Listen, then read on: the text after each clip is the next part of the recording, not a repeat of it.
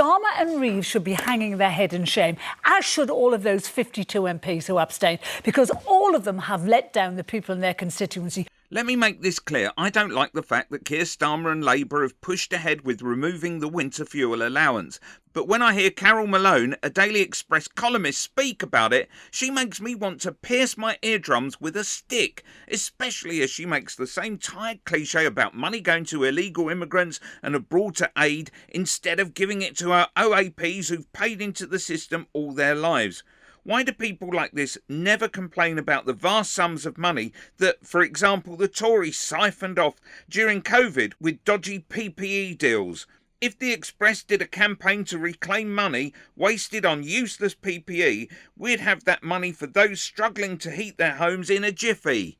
Which is who they represent. And the rest of them, the cowed into submission, most of them were whipped into submission by threats from Starmer and from Reeves to not vote against this. You know, the whip should only be used in instances where there are serious disciplinary measures that are happening. This is a misuse of the whip, and it's disgusting when, in this country we give billions every year in foreign aid to countries that are richer than us. We give billions, we're paying billions for the immigrants who are coming into this country, and yet, listen, Jonah, let me finish my point without saying, oh God. I'll come to you.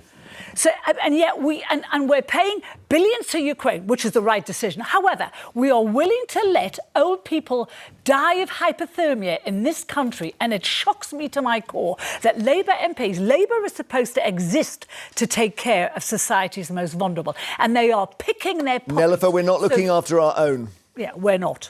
I'm just going to address a really important point that Carole's made that I think must be debunked immediately. The idea that immigrants coming into our country, you haven't specified what type, so I'm just going to assume illegal ones, the illegal ones like boat. me. The ones that came to this country have nothing to do with the winter fuel allowance. This is an exaggeration of the highest order.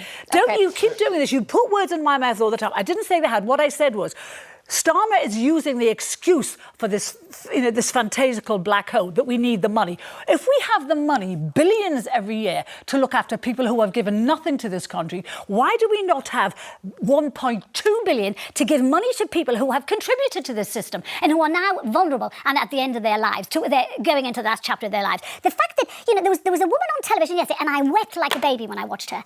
She said that she will have her heating on at 13 degrees in the winter, which is freezing. That is really cold. She said she hasn't cooked a hot meal now in weeks because she's frightened to put the cooker on. She misses pension credits by £3 a month. Now, that is shocking that someone like that, who has worked all their life, is in this terrible position. Do you agree with me? Click here for the Daily Mail grows a heart.